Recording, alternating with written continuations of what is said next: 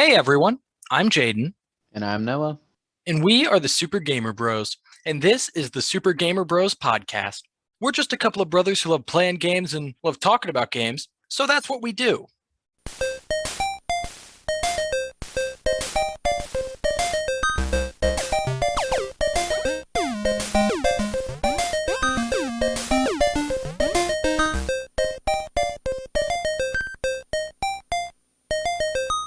So today, Noah, I feel like it's a very exciting nerd day for us because we are talking about Dragon Ball Xenoverse 2. That's correct. And it's exciting because it's not only about Dragon Ball Xenoverse 2, but Dragon Ball in general that we are excited about. Yeah, I mean, Dragon Ball was the first anime that we ever watched.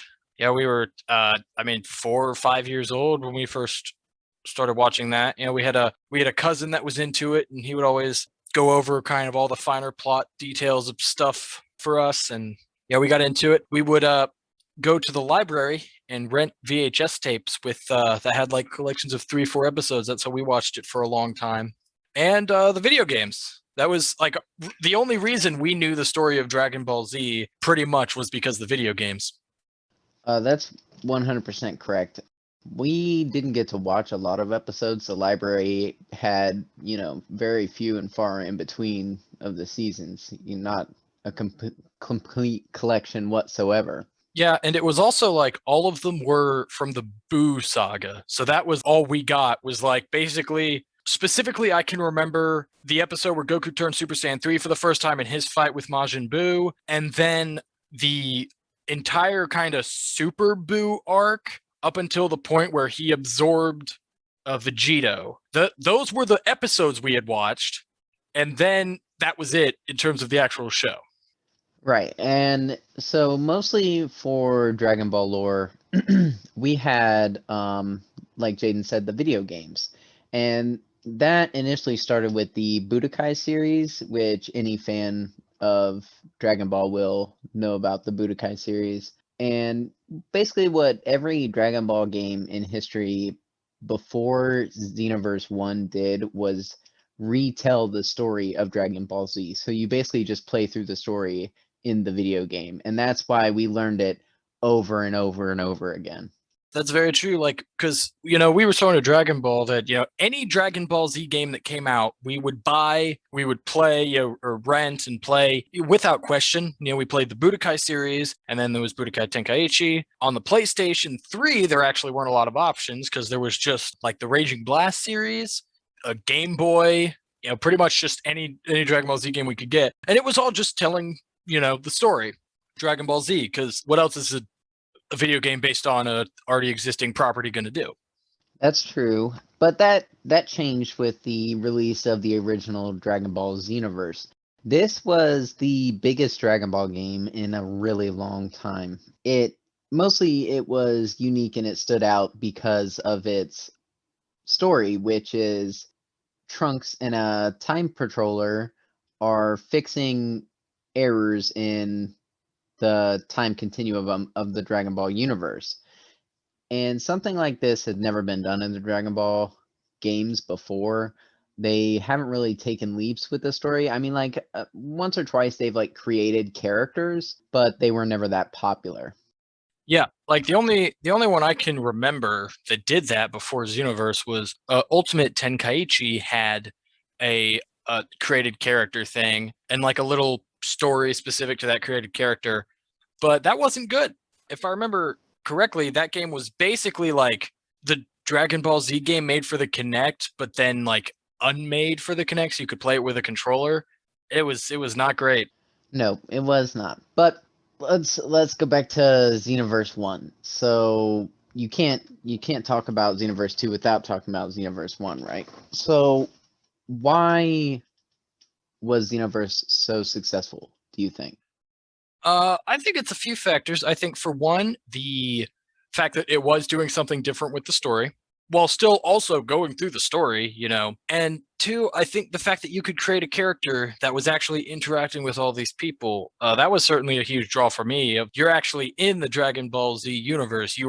you are your own person, and you are going through all of these iconic events from the show, and someone is messing with them, so you have to help set everything right again. And I think that's probably it also, of course, the fact that it is an MMO, uh, sort of. So you did have that aspect of playing with other people as your created characters, going through all these like little missions and stuff.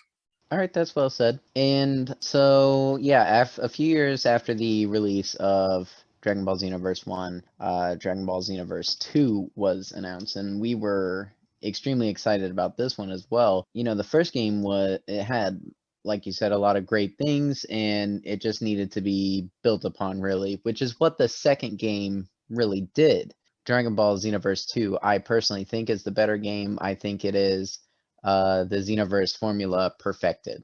Yeah, I would absolutely agree with that. I think like all of my frustrations I had with the first game were completely taken away in the second game, to the point where like all of my, which we'll get to them kind of later when we talk about stuff, but everything I did not like about that game, Xenoverse, was fixed in Xenoverse 2. All right, so do you want to talk about the setting? Yeah. So getting into it, the setting. The game is kind of split into two gameplay segments. You have the battles, which are these 3D battle arenas that are modeled after notable locations in the Dragon Ball universe. Basically, anywhere from like the plains area to like the mountain area where Goku and Vegeta fight, Namek, the like kind of city area, like at the usually West City in most Dragon Ball games is the main one that you'll fight in. And then in like your hub world, city called Kanton City, which was like an expanded version of Toki Toki City from the first game, and it is very much expanded. According to the creators of the game, it is 7 times larger than Toki Toki City. You can basically just freely traverse the world. You can talk to like NPCs. You can talk to like NPCs like time patrollers. You can talk to actual like characters from Dragon Ball Z, and also they have like these smaller hub worlds you can travel to. Whereas you can go to a Namekian village, you can go to like Hercule's home, you can go to Frieza's ship. Iconic locations like that.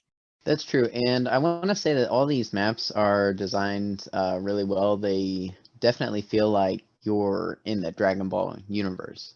Oh yeah, you're fighting on Namek. You're fighting in this city. You're there. If you watch the show, if you've played any games before, it's those same locations that you know and love, and they're done very well. Right. So, like we said, the most important part of this game is definitely the story. Okay, I was most excited about this game for the story, and sadly, this is. Do you want to talk about the drawback of the story right here?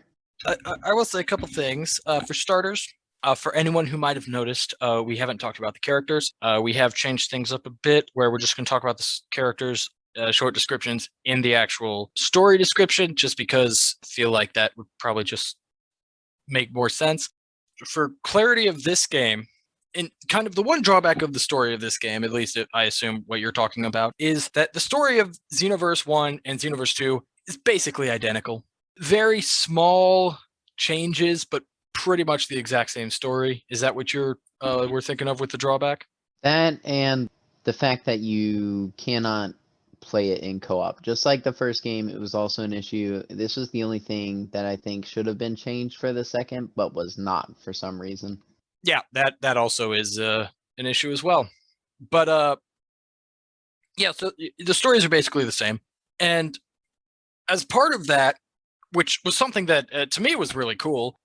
If you played the first game, you could transfer your saved created character from that game into the second game, and you didn't play as that character, but that character is basically, hailed as a hero because of saving it from the first, saving the universe in the first game. And like the entire reason that Kanton City exists, that all the time patrollers exist, is because of the first game and what your character did in the first game. And they were like, oh, we need to have like people who just do this because people are always trying to mess with time and stuff. So doing that, both characters, your original created character, or it's just, a random character if you don't have one, and your new created character appear in the story. So for the sake of keeping things as making things as little confusing as we possibly can. If we're referring to the protagonist you play as in the first game, he is called the hero, and the protagonist from the second game is called the time patroller. We good on that, Noah? That still sounds confusing, but I guess so. All right. Also, for the sake of this story explanation, I'm assuming here that pretty much everyone who listens to this episode at least knows what Dragon Ball is and is probably a fan to some degree. So the more basic characters in Dragon Ball Z, Goku, Piccolo, Vegeta, Raditz, those people I did not feel like we should have to explain, because if so, we would be explaining a lot of characters because there are a lot of characters. Yeah, that makes sense. Yeah, so I wanted to keep it at the lesser known characters that we would describe. Yeah, the audience of this episode is people who love Dragon Ball but haven't played Xenoverse 2. Yes. That's what we assume. Anyway, so 2 years after the events of Dragon Ball Xenoverse, the Time Patroller receives a special mission from Elder Kai, which Elder Kai is, in Dragon Ball Z, you have the Supreme Kai, who's the short purple guy, and then you have the old Supreme Kai, who is the older short purple guy. It's that guy. I don't really know how else to explain him. It's all kind of confusing. So the Time Patroller receives a special mission from him, which involves correcting history after it has changed. On the way there, you meet the Supreme Kai of Time, a deity who watches over time, and her bird, Toki Toki. After meeting the Elder Kai, the Time Patroller is granted their first mission, which is to correct Goku's battle with Raditz after Raditz has been enhanced by dark magic. Meanwhile, Toa and Mira, Noah, why don't you explain who Toa and Mira are? I'm confused about where exactly they come from. The demon realm? Toa and Mira?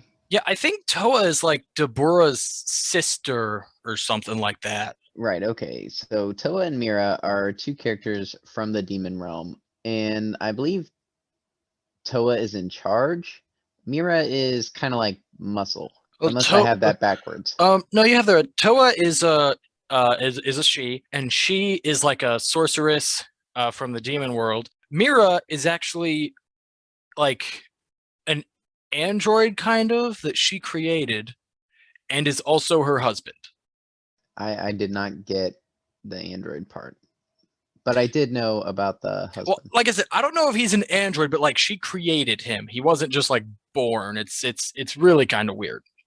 They're the ones who are changing history, and they have gathered several allies, including Noah. Oh, they gather allies such as Turles and Lord Slug.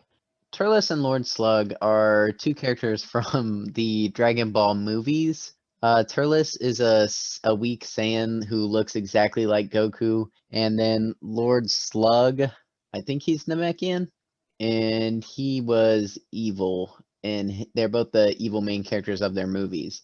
It's just a thing that this game did, since it rehashes the same story. It also adds the movie characters, which is nice for those of the fans of us who love the movies.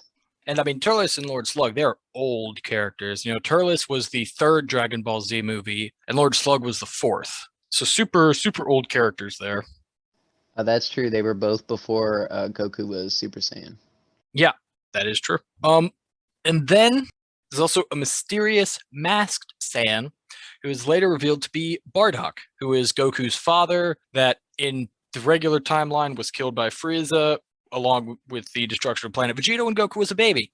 I'll say right now, one of the most obvious reveals in the history of the world.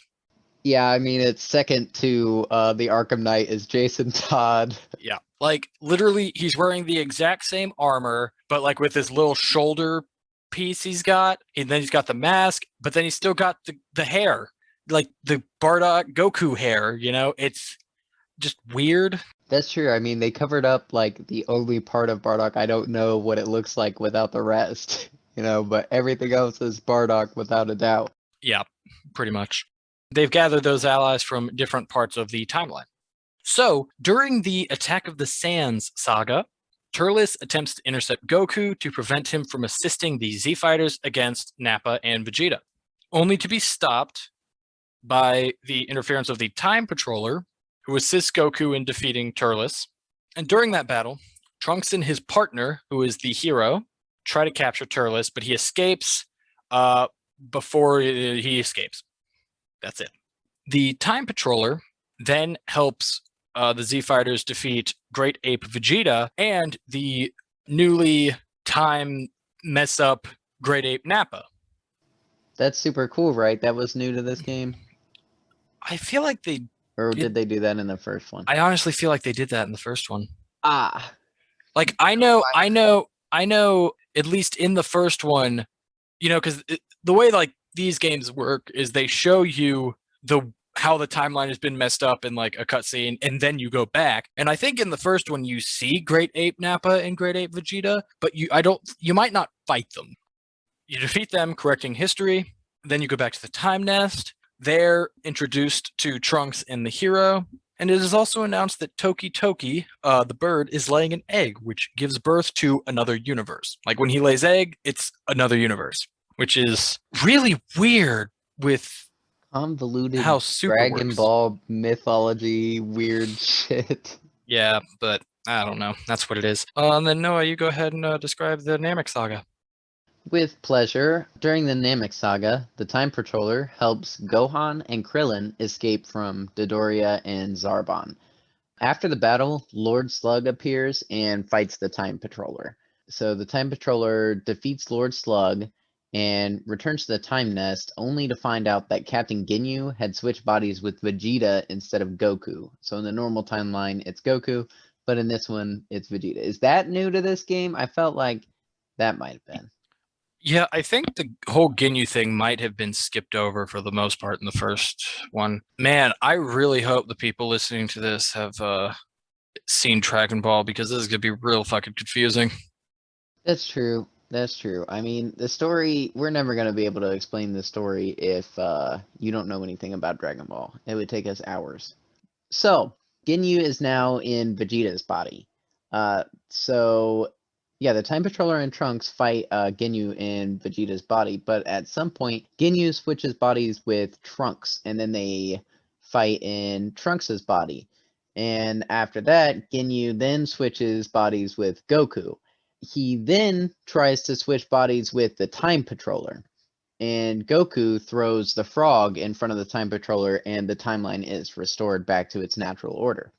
So after that, the Time Patroller has to help Nail fight Frieza in order for Gohan and Krillin to obtain the Dragon Balls. I will interrupt Go ahead. because definitely not a major character. Nail is another Namekian. Oh, I guess that's fair. I actually love Nail, so I love seeing him in any Dragon Ball lore. I love Nail as well. He's really cool. But like because in the show, Nail basically, fight is a strong word because he just Yeah, gets mauled by Frieza. he But gets in fucking doing so, decimated. yeah, and in doing so, he distracts Frieza long enough for for Krillin and Gohan to get the Dragon Balls. But in the game, the whole thing is Frieza was superpowered, so he beat him faster and was able to get to Krillin and Gohan faster, halting that whole thing. Anywho, so this causes Trunks to intervene and help Gohan and the Time Patroller. During Goku's fight with Frieza, Cooler shows up. Cooler is Frieza's brother, again from one of the movies, and this is actually the only point in Dragon Ball history that Cooler and Frieza interact, and I love that about the story in this game. Yeah, no, it was really cool because, like, especially like technically, it being part of the movies, Cooler is not canon, so it's like it's cool seeing them like it would never happen in the show, so it's really cool to see it happening, here. That's true. So obviously, Goku and the Time Patroller beat Cooler and Frieza, and thus ends the Namek saga of the game. Yeah. So then it goes on to the Android saga. Very short in this game, but basically Trunks tries to help Gohan from his timeline, future Gohan, defeat the androids once and for all, because what Samira and Toa bring an alternate version of Android 16 into this timeline where he did not exist. In this timeline, it was only Android 17 and Android 18. So, after defeating Android 16, Trunks wants to help Gohan, but Gohan, being the wise person that he is in this timeline, says, if I'm gonna die here, then I'm gonna die here. Don't screw up time for my sake. Extremely heartbreaking. Future Trunks, his story is one of my favorite in all of Dragon Ball.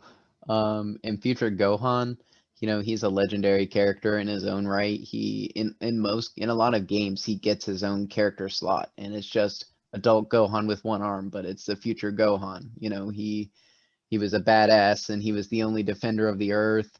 And it was heartbreaking because he has the power to save him and he won't allow it. Like, it's one of the worst things about the fixing of the timeline to me in the show is that Future Gohan was such a cool character, but then changing the timeline, Gohan himself did not end up like that. Yeah, no, Gohan is not cool, but he still has I still see people saying that Gohan has a chance to become cool in the future. It's not happening. But anyway, from this whole situation, Trunks ends up taking a break from time patrolling for a little bit. So then the time patroller heads to the Majin Buu era to fix the distortion where Majin Vegeta sacrificed himself to defeat Buu. In this alternate version, Broly, legendary Super Saiyan Broly, arrives, consumed by Toa's dark energy, and attempts to kill basically just everybody. Goku, Vegeta, Buu, the Time Patroller, but he is stopped. And Vegeta again sacrifices himself to destroy Majin Buu, which, even though that doesn't work, that restores the current flow of history.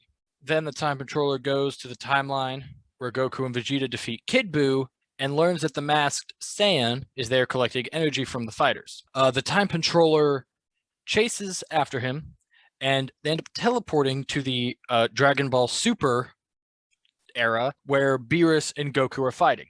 The Time Patroller defeats the Saiyan, breaking his mask, revealing him to be Bardock. Mirror arrives and engages in battle with the Time Patroller, but Beerus interrupts the battle with just the intention to destroy everything, all the people, Earth, everything. The Supreme Kai of Time tries to calm Beerus down with her pudding because he loves food more than he loves destroying things, but the horrible taste drives Beerus into a fit of rage, and the Time Patroller has to work with his guardian/teacher Whis to subdue it. Soon after that, the Time Patroller travels to the Golden Frieza saga, in which Frieza has been resurrected and wants revenge on Goku. During this battle, Cooler shows up again, consumed by dark energy, and Frieza is consumed as well while in his golden form.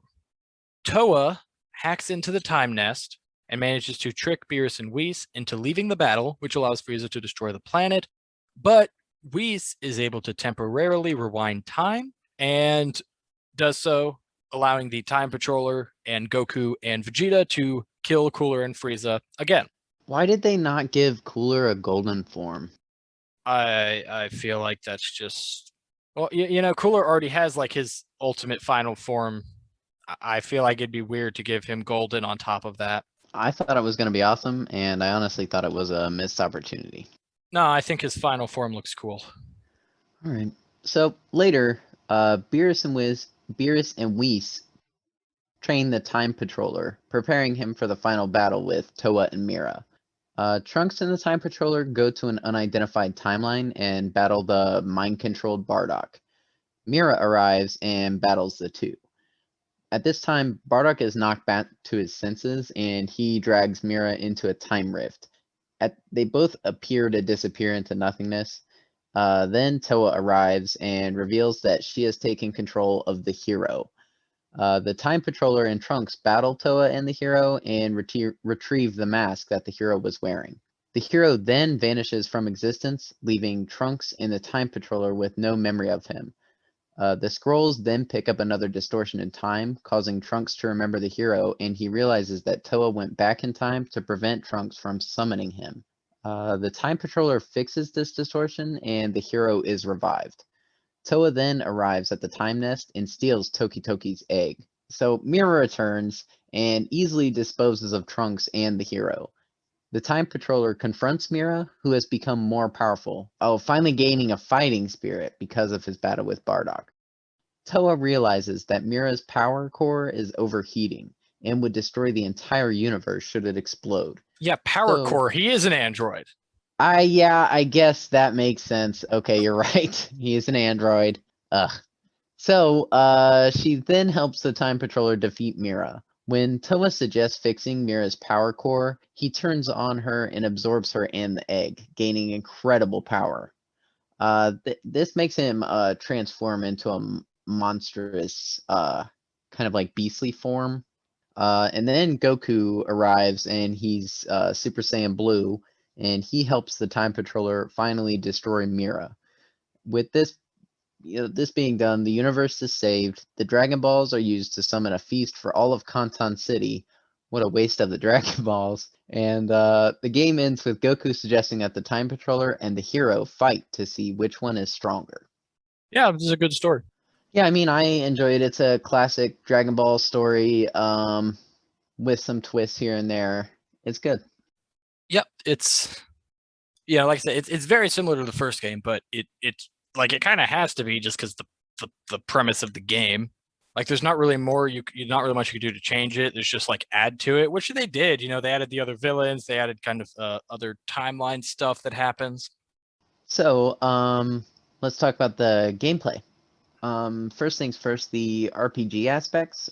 Without a doubt, Dragon Ball Xenoverse 2 has the best character creator of any Dragon Ball game to date. You can select one of 5 races. Those are Saiyan, Human, Frieza race, Namekian, and Majin. Each one of these races is given a transformation unique to them. There are multiple transformations in the game that any character can have, such as the Kaioken. But I like the inclusion of the unique transformations for every race. Yeah, it's really cool. Like, the first game didn't really have any transfer. Like, I think you could get Super Saiyan and maybe Kaioken, but other than that, there were no transformations for any of the other races. That's true. On my first playthrough, I used a Namekian, and I constantly used the giant Namek transformation. It was overpowered. Yeah, I I don't know. I think my favorite would probably be, in terms of playing, because I did play as every single race. I love the Saiyan and the Arcosians. I think their transformations are the most fun to use. Absolutely, without a doubt. And you also get to do the side missions. The missions for Frieza, where you go on his ship. His ship is one of my favorite sets in the Yeah, game. yeah. You do a bunch of like training missions, work your way up the Freezer Force. Right. Also, another RPG element they have in this game is you can create your own move set using almost, I mean, like pretty much every move in the Dragon Ball universe, right? Um, Yeah, I think there's like a small amount of exceptions, like ones you can't learn, but it's like of 1,000 moves, there's maybe 20 that you don't get. right.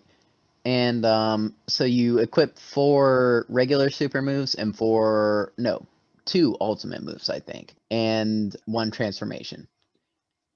And those transformations and moves could be any from the Dragon Ball universe, and you unlock those by choosing a mentor. Yeah, we'll talk. We'll And talk. We'll talk about oh, mentors okay, later. okay, cool. Never mind. So you Yeah, get those through gameplay, so it gives various you a feeling various of methods. progression. I feel like I should also point out that our Kojins are the Frieza race, That's a good point. because you said Dragon one Ball and I said hot the other. tip. Yeah, our Kojins. I don't know. I don't remember where we got that name, but it sounds right. Oh yeah, another cool thing is the outfits, right? The clothing items. They have a lot of really cool like clothes sets from characters in the Dragon Ball universe, like the Ginyu Force, Master Roshi, all kinds of people. Yeah, and then they also have like unique outfits for each race and stuff that are not seen before. That's true. I love the Frieza ones. Yeah, no, those are really cool. Like, less outfit and more like body armor. Exactly. All right, so I see you don't really know what to say about the combat, but I have a lot. It's like, I know what to say about it. I can describe it, but it was like, to me, trying to write it down felt like there's no way I Right. could write this down without it seeming stupid and just confusing. Yeah, I get you. I'll let you start off with the combat. Okay, so the combat in this game is a classic Dragon Ball combat system, which is a 3D arena brawler. Classic, it's seen as in like Budokai Tenkaichi, the Naruto, Shippuden Storm games. They all have this where you're rotating around and you're free moving. And they always kind of divulge into the same combat system of pressing a main button for attack and then using your super moves when you finish a combo. There's really not much else to the combat other than that. There is a perfect block and some deeper combat mechanics, but with the weird movement and targeting system in these kind of games, it's hard to have like a precise combat system. I don't know. I would argue the targeting system is actually really good, especially like for how open the combat is, because it's Dragon Ball Z. You can fly around, you can run around, these very large maps, just flying, in cities, weaving between buildings, trying to get away from someone or trying to get to someone. You can also, in terms of like a counter, sort of, you can, like teleport right behind someone when they're hitting you, basically just breaking their combo. There is a lot of cool stuff to it. But at the end of the day, if you're not fighting other people, like you're just fighting a computer, there's not really much strategy involved. It's just hit them and try not to get hit. And of course, use those super moves as much as possible because they're awesome. Exactly, and that's what most of the game boils down to. I mean, that is, the 90% of your gameplay will be doing that. But I mean, it's fun. Like it's basically been that way since Budokai Tenkaichi for any Dragon Ball Z game, with the exception of Dragon Ball FighterZ was the first to break off of that in years. And I mean, there's a reason for that because it works. For Dragon Ball Z, not really much better you can do in terms of fighting systems. I feel like. Yeah, so then additional gameplay mechanics, like you mentioned, there's the species transformation. Saiyans, you can become like a future Super Saiyan, which is basically like the future Gohan version of Super Saiyan. Basically, it just affects stats differently. Then you can get Super Saiyan 1, 2, and 3. As extra added into the game later, you can become Super Saiyan God Super Saiyan with the blue hair, but that is really difficult to unlock, actually. I was looking, because that wasn't added into the game till long after we had played through it. It's actually very, very difficult to unlock. So then Namekian, Giant Namekian, which actually comes from the Lord Slug movie because that was what he did. That was his big transformation. Humans, you get to hop on the flying Nimbus and use the power pole from the original Dragon Ball series. It's just kind of lame. It is super lame. There's other ones like they have like potential unleashed and stuff like that. Yeah, and like Kaioken and stuff. But in terms of like I think every race can use those. This is the one that is specific that only humans can use. And then golden, for the Frieza race, Arcosians, you can turn golden, which is just, I think visually is the coolest transformation. It is cool. Yeah, I don't like Super Saiyan God Super Saiyan might be better, but the golden Arcosian is just awesome. And then Majins, you unlock the pure Majin, which basically is like the Kid Buu form. You turn into Kid Buu of your Majin character for a bit. Of all of them, I mean, the Nimbus and the Power Pole is just dumb, but I think of like the 4 other races, I think that one is actually the worst. It's really weird with how you activate and maintain the form, and it does not last very long comparative to the others. Like Super Saiyan and Golden, like Frieza, those are basically permanent. Like you have to, like, I don't even think you can deactivate those if you want to. They do deactivate if you completely run out of ki. Oh, you have to completely run out. That's what I thought. It's very hard. And then Namekian, the way the Giant Namekian work is it actually is based off your stamina rather than your ki. So you need to focus on your stamina, which it runs out no matter what. But also the cool thing about Giant Namekian is when you're in that form, enemies hitting you doesn't knock down your health. It only knocks down your stamina, which is something that really gives the Namekian, Giant Namekian, a huge boost in terms of how useful that one is. It's so good because I just buffed my stamina the whole time, and so Yeah. I could just live as a giant Namek. Yeah, it's cool. Those are all those forms. I did use all of them. Like other than the human one, I thought all the other ones were fun. To me, the worst one was the Majin because it just didn't last long enough, especially compared to the other 3 with. Unless you run out of ki, which you can always charge, so it's not going to happen too fast. Or you run out of stamina, which, you build a high stamina character can last a long time as well. So then next, what you're going to be doing when you're not playing the story for the most part, parallel quests. They're missions that basically you go into like a parallel dimension where you fight with and against iconic characters in alternate versions of fights from the show or original battles. For example, in terms of like an alternate version, you might say fight with the Ginyu Force against Gohan and Vegeta and Krillin and then Goku, and it's like you're beating all them. Or in terms of original battles, the one that really pops in my head is it's one of the last ones that you can do. I think it's even like it was an extra one, like a DLC one added on later. It wasn't even the original game. But basically, you're in like the World Martial Arts Tournament arena, and you're fighting literally every version of Goku and Vegeta. And it's like when you knock a version to a certain amount of low health, they leave, and then a bit later, the next version of them comes in from like their base versions all the way up to Super Saiyan God Super Saiyan. And I think even like the Super Saiyan 4 versions of them are used in that fight. I don't remember exactly. Yeah, you're right. That is a really tough one. I do remember. I don't What's think cool about I don't think I ever actually beat it. that's funny. I remember I was stuck on that one for a long time. I guess also, no, you want to talk Parallel Quest, talk about the online aspect of it? Yeah, so parallel quests you could play co-op, but only with like one or two other people. It was yeah, like you could do Yeah, okay. up to 2. Because Right, even and then it was one of those where it would only progress on the person who invited, so the hosts. is that true? That is true. Okay. That's another thing we didn't like about it. Because we did. I think we initially had the intention of going through all of them together, but then when we discovered that, it really put a damper in that. Exactly. But having another character is very helpful because some of those missions can get really hard, especially solo. Well, And, I mean, if you're solo, you still have 2 computer characters that come with you, but they're useless compared to an actual person. true, but the cool Like- thing about these is you can pick any of the Dragon Ball characters available for like the verses and whatnot. That is true. You can. That being said, the player character is statistically the strongest character in the game. Yeah. Like I would take one person over 2 computers any day, especially because like people can strategize and have plans and stuff. Computers are just like mindlessly attack. I mean, until they're the dead. custom character is stronger than all the other characters. No, I in the know game. what you're talking about. Okay, yeah. Anywho, so the other multiplayer thing they have in this game are the expert missions. These are where you and 5 friends fight against a super powerful version of a character. It's kind of like a raid boss.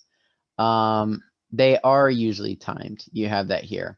Yeah. You have to defeat the boss in a certain amount of time, and the boss is usually they're laying down crazy amounts of damage. It's like Brawly or Janemba, and they're just like throwing giant energy projectiles around the arena. Or like great apes and stuff. Right, exactly. And I And think they there's- also stun.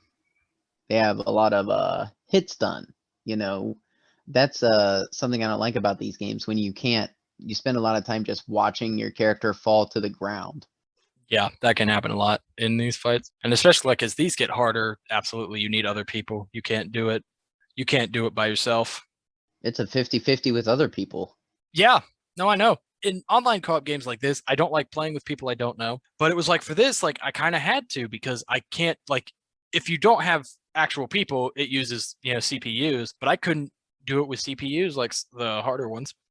That was another issue I remember having with these specifically. Yeah, I mean, it was definitely more my fault than the game's fault, but had a lot of internet connectivity issues, so could not. It was a real struggle to get through these. I think that was both the internet and the game. Do you want to talk about Masters? Yes, I do.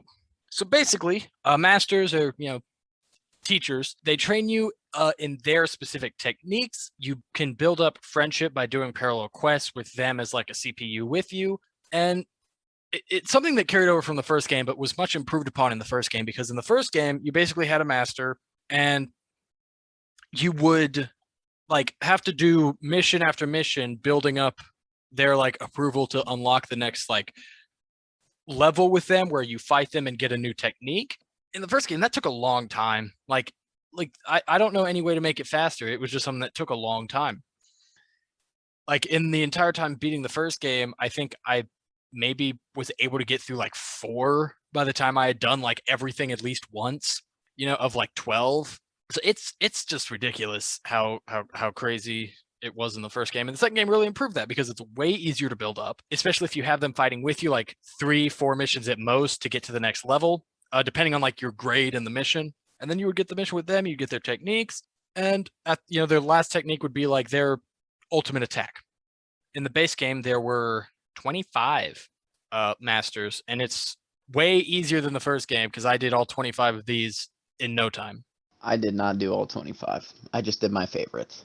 So when you got enough experience, you would take an advancement test with that master? No, the And advancement test is different. isn't it? What you did with them, I don't know what it was called, if it was called an advancement test. The advancement tests are basically, there's like this school, it's like Orange Star High School, whatever, something like that. And in front of the school was a robot, and basically you had to build up enough experience or like a level cap. I don't necessarily know what it was, but you would unlock the advancement test and you would go to that robot and take the test. And they were basically like fighter level. Yeah, so you had the levels easy, intermediate, advanced, Kai, and God. So basically, like the battles would be progressively more difficult, but it's you beat that battle and you get to the next tier, and different masters had like different tiers that they would be willing to teach you at. Like, for example, it's like, oh, you're, only intermediate tier, so you can't learn my next technique. You're not good enough. So then you'd have to get advanced tier, like go up that one more tier to then do that training mission with that master. Right, I forgot about that. I also wanted to say that the some of the master missions were hard. Like when you would get to the final one, and I remember like Piccolo's, it's like just you versus Piccolo, Kid Gohan, and Krillin. Yeah, no, they can get pretty difficult. But they're fun. I did all of them because of trophies, but it's certainly like just do the ones you like and get the moves you like. Like I absolutely love doing like Frieza, Cell, Boo, Broly, getting their like ultimate attacks because their ultimate attacks were really fun. So I guess I'll talk about the Dragon Balls. Of course, this is a Dragon Ball game. Yeah, go ahead. Okay, of course this is a Dragon Ball game. And what Dragon Ball game is complete without, of course, the Dragon Balls? Intermittently throughout the levels, there will be Dragon Balls. And when you collect all 7, you can go to a place in Kanton City and summon Shenron. Okay, so when the Dragon Balls, when you collect them, you'll be able to make a wish. These wishes are many different things. You can wish for money, you can wish for ultimate attacks, super attacks, rare items, and even unlock some characters such as Hit and the Shenrons from the GT show. I always appreciate having the Dragon Balls and summoning Shenron as a feature in the game. It's a cool nod to the show. Oh yeah, I absolutely agree. It's super. Yeah, like it's just another thing that makes you feel like, part of the world. Like I think Budokai Tenkaichi did it best, where you literally just find them in random maps. It could be a little annoying to get them all, but I think that was probably the most immersive in terms of like, oh man, like you're just fighting in this map on Earth and you punch a guy through a mountain and it crumbles down, and oh, what's that shiny thing on the ground? Oh, that's a Dragon Ball. But I do think in this game it still works very well.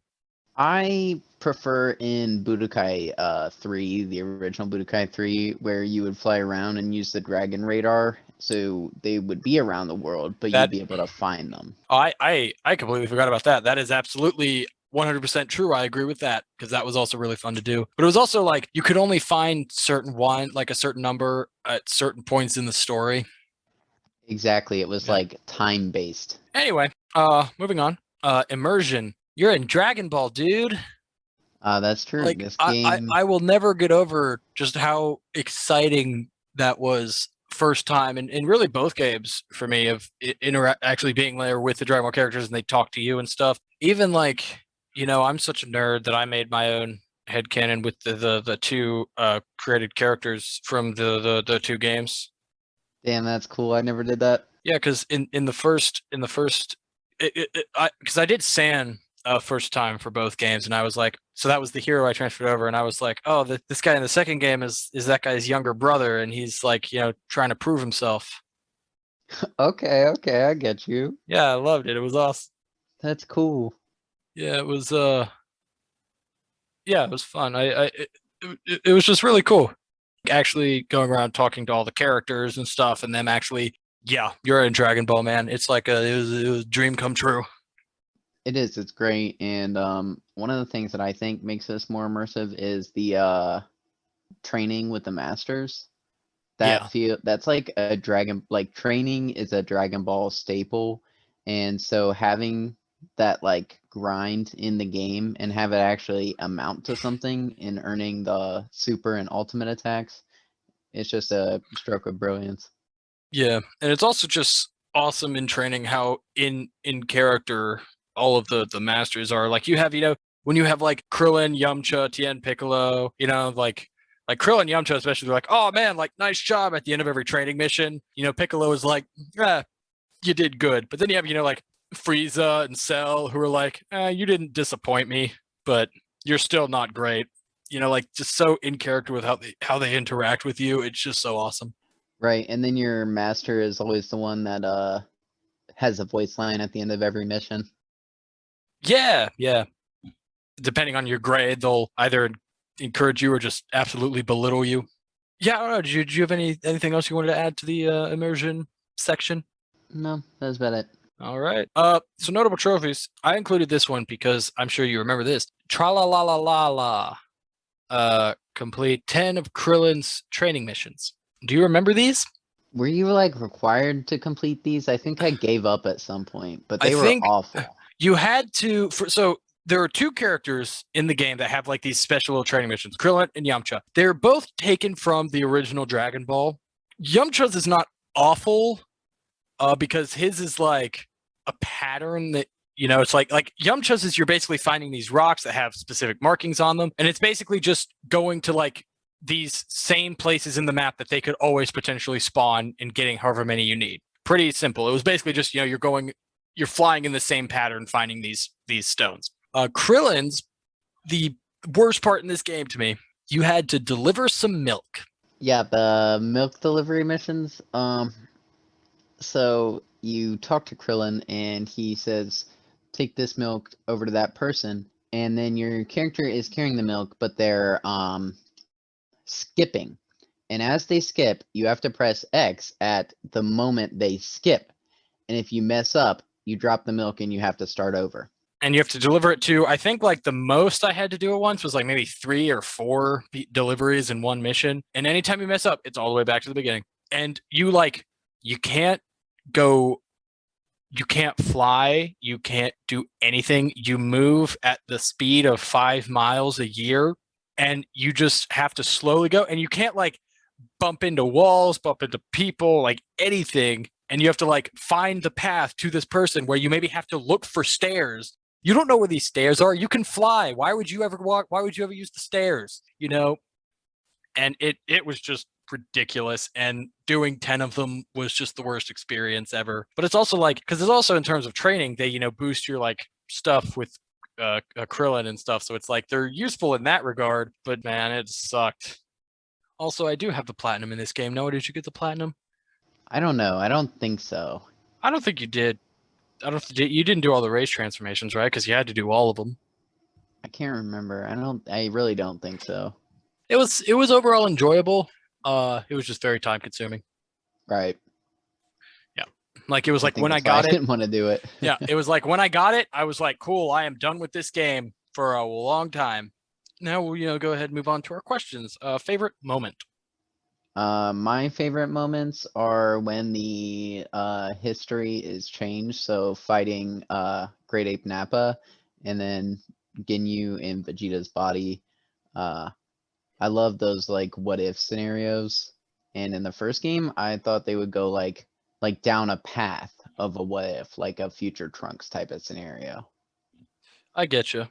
I think I also agree. The changing timelines is absolutely really cool. I also, my favorite thing was the race transformations. Specifically, like I said, the Super Saiyan and Golden Frieza were my favorites. They're just so cool. Like it was one of the big improvements from the first game to the second game was the unique race transformations, and I thought for the most part they were all really really cool. Oh yeah, they were awesome. As soon as I got my transformation, I was gold in every single fight. Favorite boss battle? My favorite boss battle is gonna be actually the last one, where you're fighting. Which, I mean, I guess in this game, every battle is a boss battle, so just favorite battle. Yeah, I mean, the one where you're fighting Mira, where he's a giant monster. Yeah, I get you. It was a really cool climactic battle. Yeah, I mean, he was they were new characters this game, and it was his cool transformation. I liked it. Mine was when you fought the hero from the first game and Toa. Just really cool because it's the hero from the first game. Like I said, I was fighting my brother. That is cool, but it's a cool feature, but it did not work for me, so I had to use one of the base characters that they had there, so I didn't have that personal connection with the Yeah, character. no, I get you. That would absolutely ruin it for me. No, I understand that. But yeah, that was mine. Anything you didn't like about the game? Yeah, like I've said, my biggest complaint with this game is the fact that it is the campaign is not co-op and the parallel quests, there's not progression on both players' parallel quests. Yeah, I get that. I understand that completely. My biggest thing was the expert missions. I did not like them. They were very annoying. I couldn't play with other people a lot because my connection wasn't great. So then I'd have to play with computers, and that was just awful. It was an awful experience. You don't have to beat. I don't think you have to beat all of them for the platinum trophy, but you have to beat at least 7, and it was just such a pain. They're really tough. I understand that. I would say that this game is relatively replayable. I mean, it still has like fun fighting mechanics, so it's fun to go on and play like with friends or something like that who's interested in Dragon Ball, because it has, a really large cast of characters to pick from that you can play as, and I think that makes it replayable in and of itself. Yeah, no, I absolutely agree. I think I mean, when I got the platinum, I ended up playing through a decent chunk of the game to be able to get all the transformations 5 times, and like it was fun. It's a fun game. The combat is very fun, and it's very enjoyable. I so now we're gonna talk about the DLC. Not really much to say here. Pretty much, the DLC 14 different DLC packs have released for this game. 2 are just music packs. One, I think, is a pack that just gives you additional masters you can learn from. But then the main packs, so far, 11 of them are character packs, anywhere from 2 to 4 unlockable characters, ranging from Dragon Ball GT, Dragon Ball Super, Dragon Ball Z, a number of the movies, a lot of characters, all really cool. It would take us a long time to go through them all, so we're not gonna. Some highlights, I guess, for me: BoJack from BoJack Unbound, Super Baby Vegeta 2 from GT, Goku Ultra Instinct from Super, Tapion from Wrath of the Dragon. A lot of cool characters. Also, no, I didn't know this. The most recent DLC pack came out 2 months ago.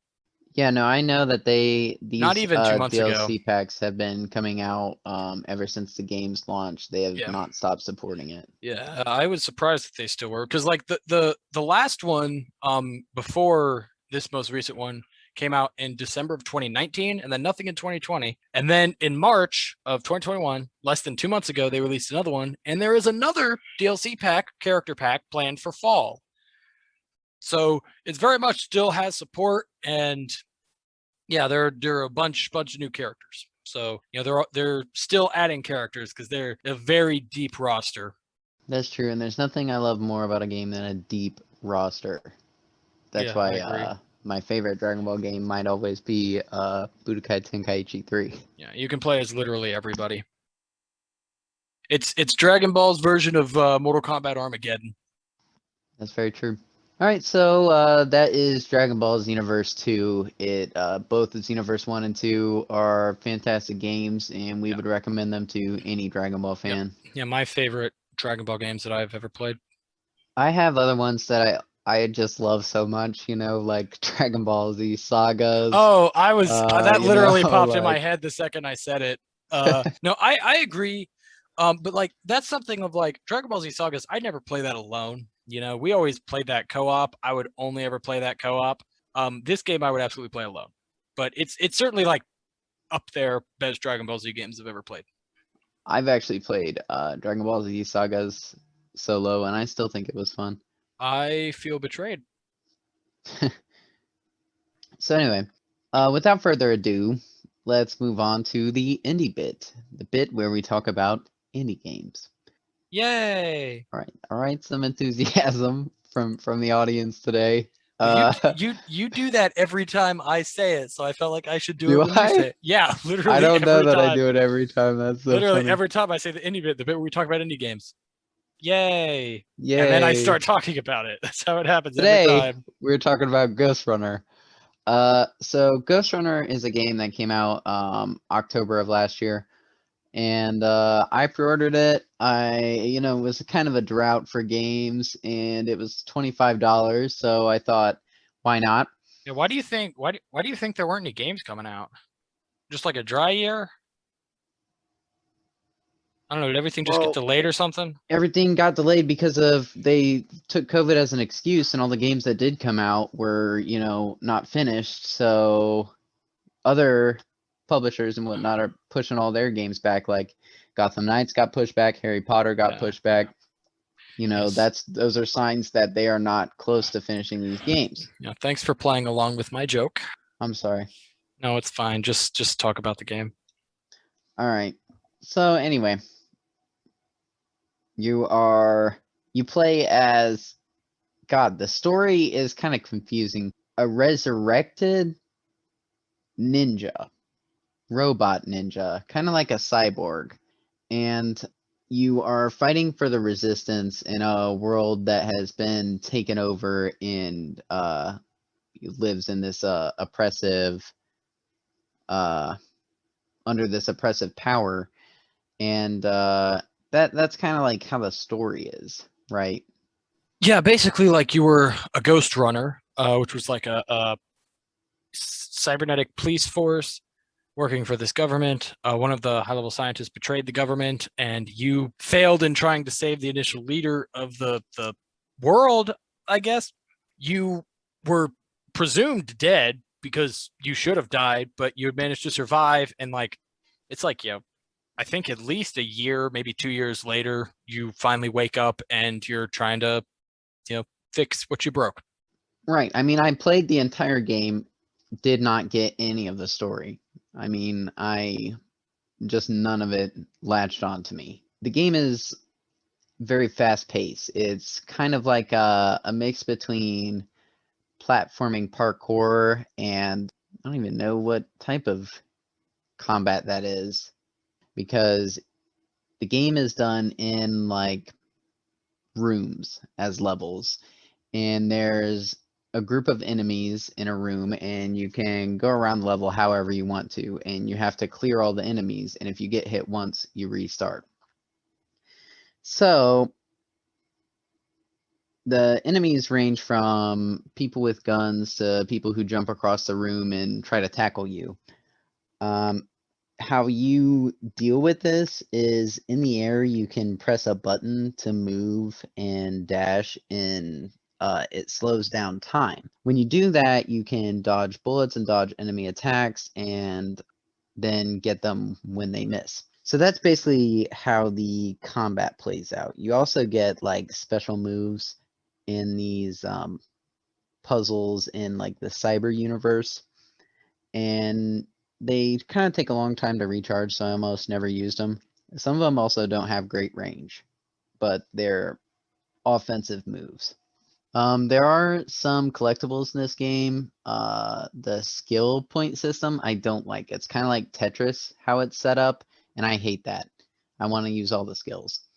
I tried deflecting. It's damn near impossible. Um, the story is meh. The combat and the parkour is entertaining, I think, and the game is not that long. So overall, I think it's okay. What about you? This game is hard. It's a hard game. Um, so I think you had described it to me previously of being like a mixture of Mirror's Edge and Hotline Miami. And I absolutely see that. It's got the it certainly has, the parkour aspect of Mirror's Edge, which Mirror's Edge does very well, and Ghostrunner does very well for the most part. It also is like Hotline Miami because it is incredibly difficult. And I don't like that. I found myself getting frustrated at this game very easily because of things like it's very hard to like block bullets and stuff, and I feel stupid using the like slow time thing to keep dodging bullets. It just to me feels kind of dumb. I think that 90% of the enemies, like, because there are different enemy types, they don't really have a good way to approach attacking them. Like there are a couple where it's like, oh yeah, do this and it works, most of the time, timing wise, unless you screw up. But most of the enemies, it's just like figure it out. Like there's not really a specific way that's good to take them down.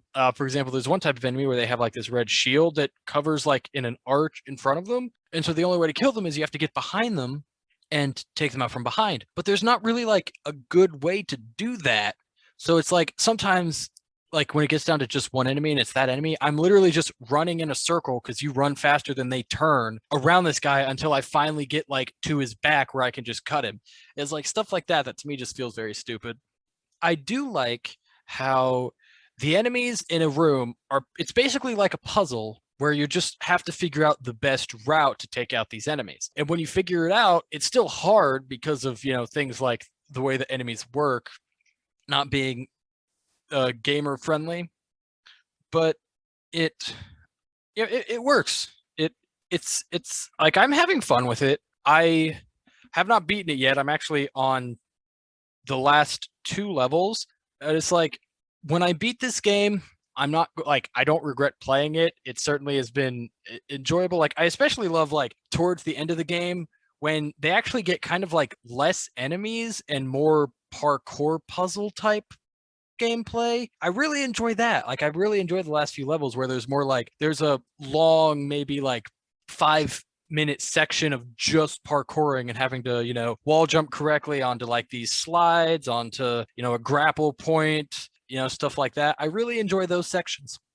Also, contrary to you, I really enjoy the story. For like the beginning, before I got the hang of as much of a hang as I could get on some of these different combat sections, just the gameplay in general. The story was the one thing that really kept me going because I found the story to be very interesting and is still to be very interesting. So I'm excited to finish the game because I really want to see where this story goes.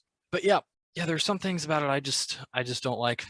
The thing to me that really kills it in terms of the Hotline Miami style gameplay of one hit kill and having to clear out, like having to redo a room entirely unless you take out all the enemies, is in Hotline Miami. I think it works because of the third person overhead camera where you can see a lot. But in this game where it's first person and you can't see much, including your hitbox, like you don't know necessarily what your hitbox is, it kind of adds frustration to that point. Like the first boss battle against Tom, where like you have to jump over lasers, and it's like I'm jumping over these lasers, but I'm still like hitting them when I come down, I guess, because I don't know where my hitbox is. Even though like the laser isn't on screen, it's like behind me or I guess under me at that point. And then like contrary to that, I love the second boss fight where it was basically, just countering this person with your sword just until you break her stamina and then attacking her. My favorite enemies are the enemies that only use melee because you only pretty much have like the sword for melee. And I think when it comes down to doing melee stuff like that, the game works really well. It's fine. I like it. I certainly think it's worth the money. I certainly will not regret playing it. I would say for the most part, I have had fun with it. And, but it's probably not something I'm ever going to play again. True, I played it and deleted it. Done. Yeah, but I mean, overall, I would say it's a very successful game. It's very beautiful. The cyberpunk aesthetic is very well done. The music is just killer. Like it's certainly like if it wasn't as kind of annoyingly difficult as some of the enemies can get, it is absolutely like if they say had like a mode in this game where it was just randomly generated parkour puzzles that could go until you die, I could absolutely see myself at any point just playing this game and doing that because I think that's how good the parkour is done. And with the music and the look of the game, it's really cool. Like literally the enemies are probably my only complaint about the game. That's fair. So what's the next indie bit game? For our next indie bit game, Noah, we will be talking about Unravel. Unravel, that's a great choice. I loved Unravel. Yeah, it's for the most part for indie bit, I want to do games that we haven't played, but Unravel, I played that just because we had bought it like a few months back when it was on sale. It was funny. I had heard so much about it, but I'd never played it, and I was so interested. And now that I did, I just really want to talk about it. That's fair. I can do that. All right. So yeah, that's our next game. So Noah, as of last night at like 4 a.m, we hit 200 downloads for our podcast. Whoop whoop. Yeah, I don't remember when it was that we hit 100. I feel like that was maybe we had talked about it in the Ghost of Tsushima episode. No, it definitely maybe it was it was either like Titanfall or Ninja Turtles. I feel like it was one of those two we talked about it. But that's cool, it's cool. I think when we had talked about having 100 downloads, I think I had said at 200 I was going to get my Lamborghini, and I think I'm going to push that back to 300. I'll get my Lamborghini cuz I can't get a Lamborghini right now. I don't even know what to do with you anymore. Do I have to listen to this shit every 100 downloads? No, it's just this. I'll get it at 300. I promise. It just happened. It happened faster than I thought it would. All right. Yeah, 200 downloads. Awesome. Anyway, so don't forget, new episodes every other Monday. Rate and subscribe. Tell us if you like our show, or tell us if you don't. Tell us why. Tell your friends and enemies about the podcast. You can follow our Twitter at Superb Gamer Bros. That is SUPERB Gamer Bros for updates on episodes. And yeah, we'll see you guys next game. Bye.